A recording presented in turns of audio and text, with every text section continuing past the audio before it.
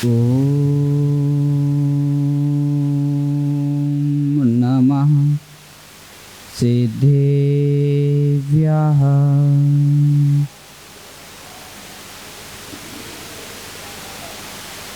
ॐ नमः सिद्धेभ्यः।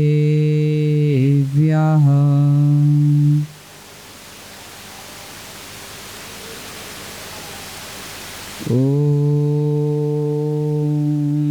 नमः सिद्धेभ्यः।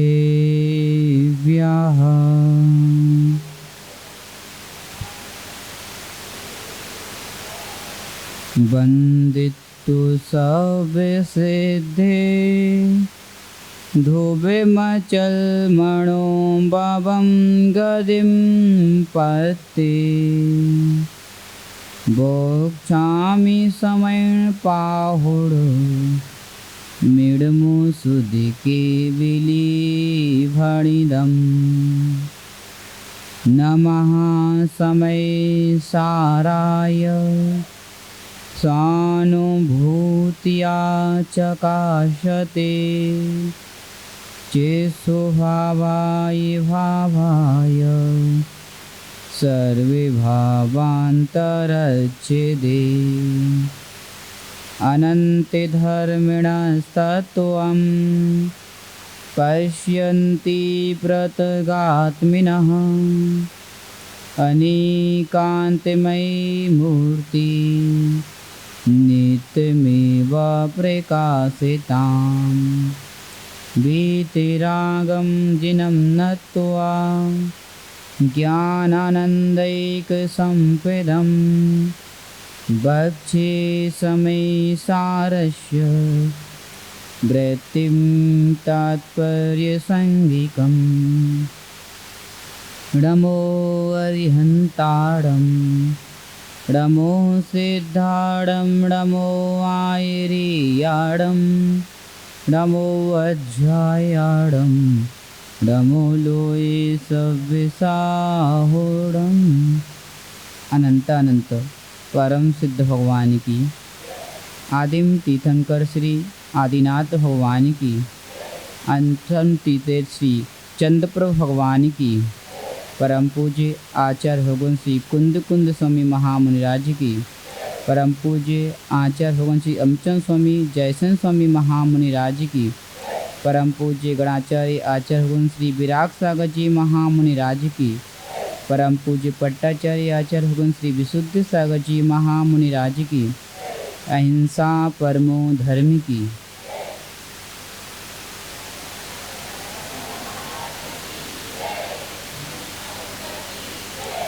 भव्य बंधुओं, आचार्य भगवंत कुंद कुंद स्वामी महामुनिराज ने समय सार ग्रंथ में भगवान आत्मा के सहज स्वरूप का व्याख्यान किया है और कहा है कि वही जीव समय सार भूत हो सकता है जो संयम का आश्रय लेता है। बिना संयम के समय सार की प्राप्ति असंभव है।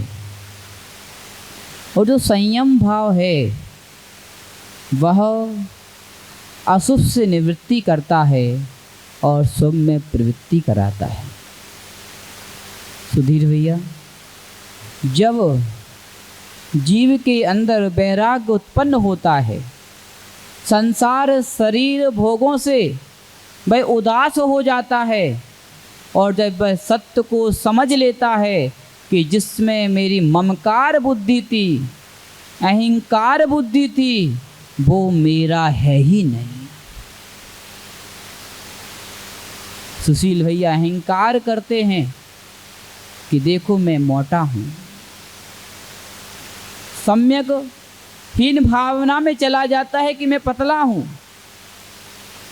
लेकिन जब वैराग्य की दृष्टि जागृत होती है तो वह देखता है ये शरीर मोटा है, ये शरीर पतला है, आत्मा तो मोटी पतली है ही नहीं। वह वैराग्य को प्राप्त करता है। जो गोरा काला देखेगा वो हीनता और अहंकार को प्राप्त करेगा, और ना जो गोरा देखता है ना काला देखता है, वो तो आत्मद्रव्य को देखता है। वो हीनता और अहंकार से शून्य होकर के साम्य भाव को प्राप्त करता है, समता को प्राप्त करता है, समदृष्टि को प्राप्त करता है। मनोज भैया, जब तक छोटा और बड़ा देखोगे तब तक आप समान दृष्टि को प्राप्त नहीं कर पाओगे। अहंकार आपके अंदर है तो अपने आप को बड़ा देखोगे, हीनता आपके अंदर है तो अपने आप को छोटा देखोगे।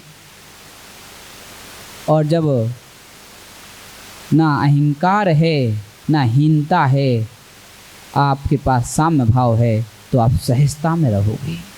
माँ,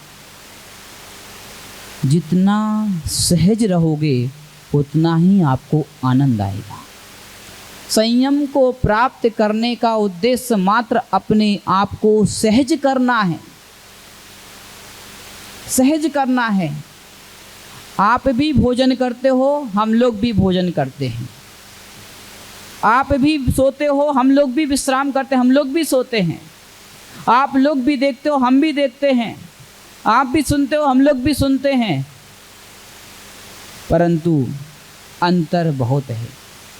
आप लिप्त होकर के क्रियाओं को करते हो और हम लोग निर्लिप्त होकर के क्रियाओं को करते हैं।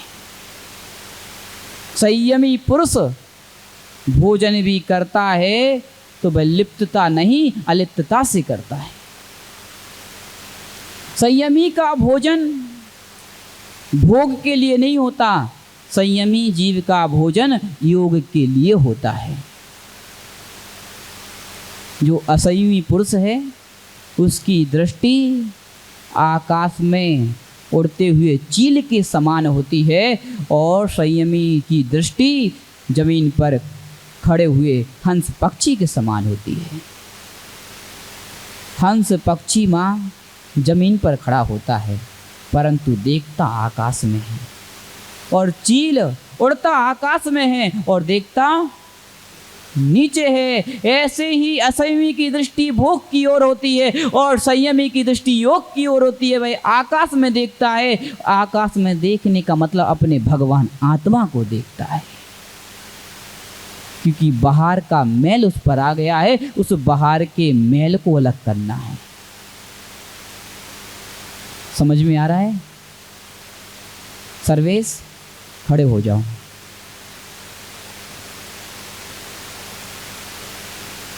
तुम्हारी जो शर्ट है इस पर मैल लग गया, गंदी हो गई, तो क्या करते हो?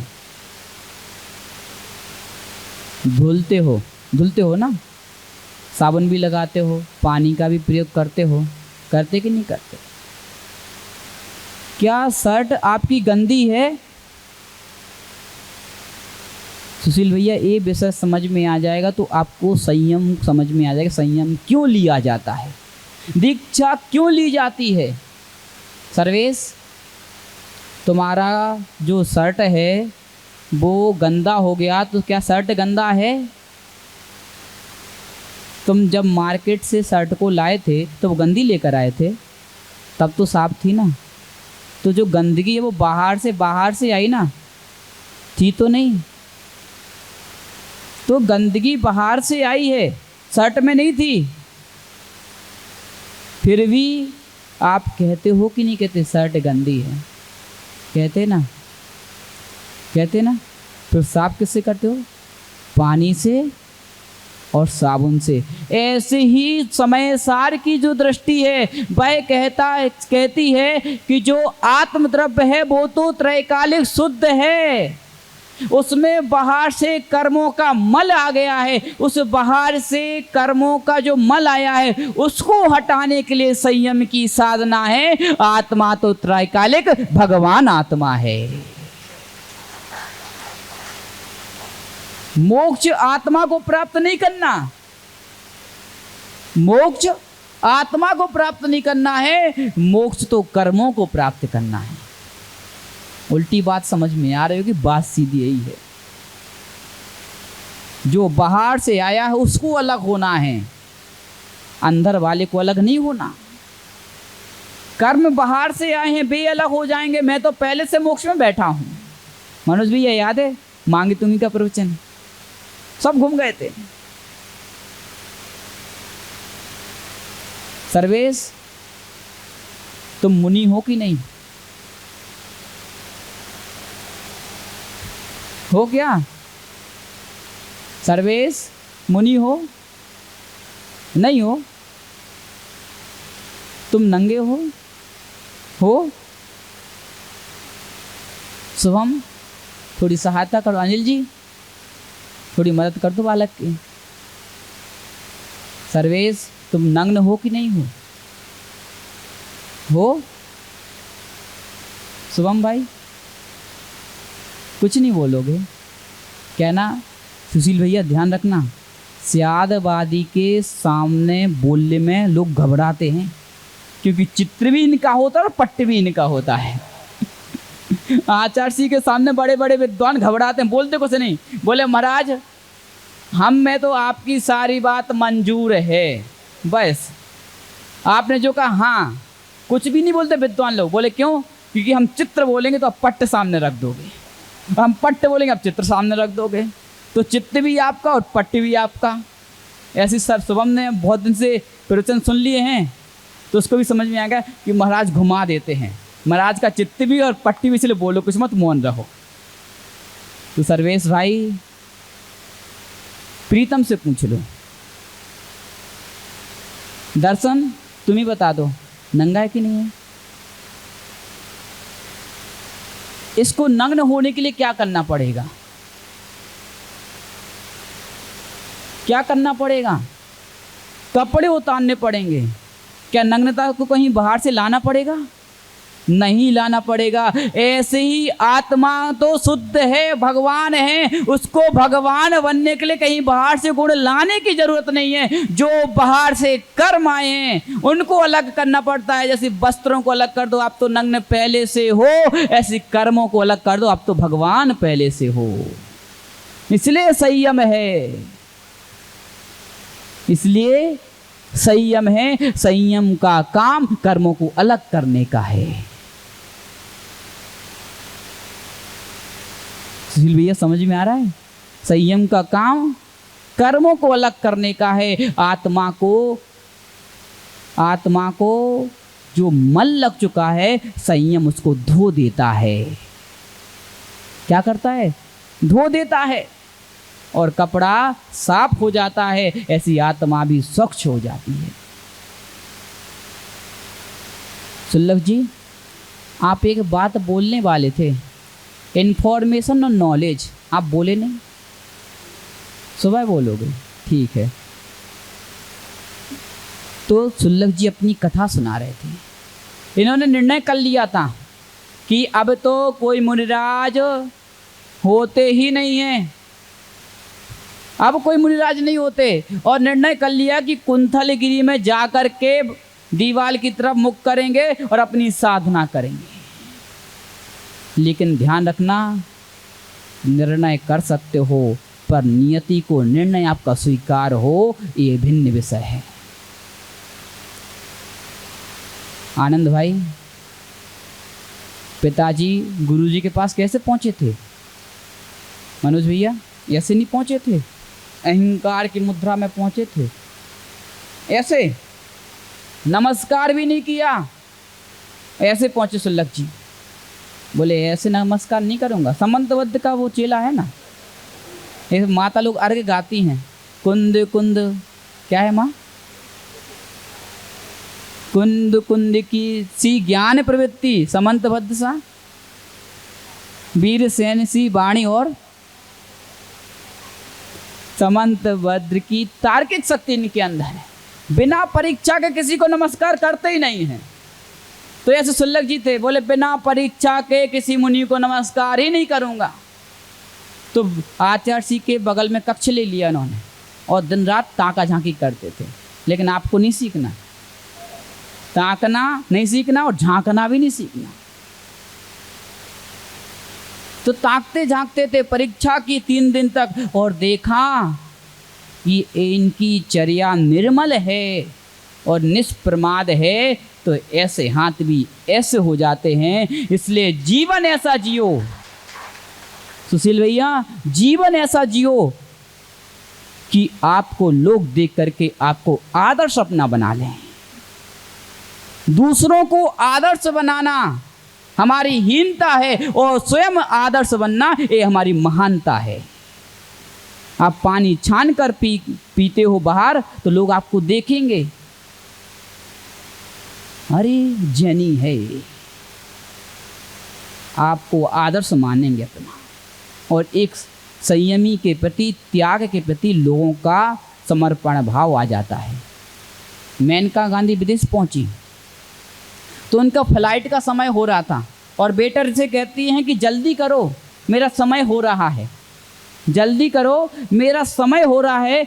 मनोज भैया, वेटर कहता है मैडम आप जैन हैं क्या, आप जैन हैं क्या?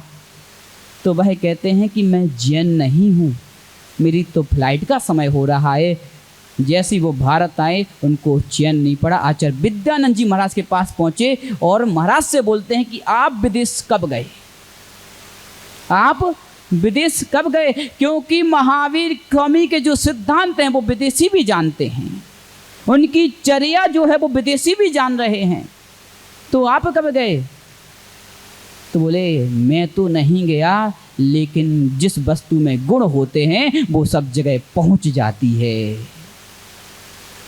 इसलिए अपने आप को गुणवान बना लो तो लोग अपने आप आपको देखेंगे, आपको पहचानेंगे, आपको मानेंगे और आपसे मिलने की चाह करेंगे। मनीष भैया, संयम, इंद्रियों पर विजय प्राप्त करना। माँ, आज आप शुल्लक जी का संयम दिवस मना रहे हो और संयम दिवस मनाने का अभिप्राय क्या है कि मैं भी संयमी बनूं, मेरे अंदर भी संयम के संस्कार आए। इसलिए कुछ ना कुछ अपने अंदर एक नियम ले लेना कि मैं भी जैसे एक बट का वृक्ष का बीज, एक बीज कितना बड़ा वृक्ष बना देता है मनोज भैया। चिड़िया वृक्ष का बीज खा के आ जाए और मंदिर पर कर दे तो सोलापुर के मंदिर का शिखर टूट गया। कितना छोटा बीज रहता है, देखा आपने बीज, बट वृक्ष का बीज देखा माँ कितना रहता है? हाँ, छोटा सा, बिल्कुल छोटा सा। और वह बीज मंदिर के शिखर को तोड़ देता है, बड़े बड़े मकानों को तोड़ देता है। ऐसे छोटा सा संयम, छोटा सा नियम भी आपके ये पहाड़ जैसे कर्मों को तोड़ने की शक्ति रखता है। इसलिए जितने भी लोग संयम दिवस की अनुमोदना करने आए हैं, अपने अंदर स्वयं नियम ले लेना कि आज से मेरा इसका त्याग, आज इसका त्याग, आज रात्रि भोजन नहीं करेंगे। अनिल भैया, आज रात्रि भोजन नहीं करेंगे, आज सबको दिन में खिला देंगे। ये भाव अपने अंदर आना चाहिए। जब एक घर छोड़ सकते, इतना संयम ग्रहण कर सकते, इतना सब कुछ छोड़ सकते, तो हम इतना सा नहीं कर पाएंगे? नहीं कर पाएंगे क्या? कर लेंगे। मनोज भैया, मुनियों के साथ चलते ना, आप ऐसे अगर अकेले चल रहे ना तो सामने देख के चलते हो, मुनियों के साथ जमीन में देख कर चलते हो। ये संयमियों के साथ रहने का प्रभाव है संदीप पंडित जी। इसलिए उत्कर्ष को प्राप्त करना है और अपने आप को आदर्श बनाना है तो संयमियों के साथ रहो, तो आपका जीवन भी आदर्श बन जाएगा और आपका समय हो गया। वरना बोलेंगे महाराज आपने छोड़ा ही नहीं, तो फिर हमें करना पड़ेगा ना फिर।